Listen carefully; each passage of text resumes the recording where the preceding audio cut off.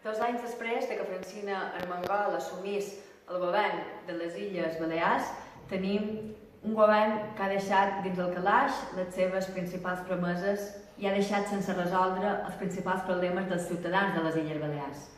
On és la llei d'habitatge? On és el pla antidesnonaments? Quin model turístic vol Francina Armengol per la nostra comunitat autònoma? Quin model econòmic vol Francina Armengol per la nostra comunitat autònoma? 2 anys de política de gestos sense gestió. 2 anys de política cada cop més radical, cada cop més sectària, amb una presidenta més nacionalista que els nacionalistes i més populista que els populistes.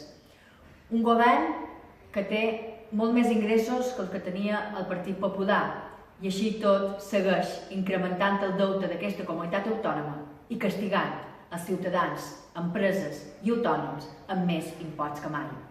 És l'hora de la gestió, és l'hora del diàleg de veres, no només dels titulars, i és hora de baixar els imposts per agrair l'esforç que durant la crisi econòmica varen fer ciutadans, empreses i autònoms de la nostra comunitat.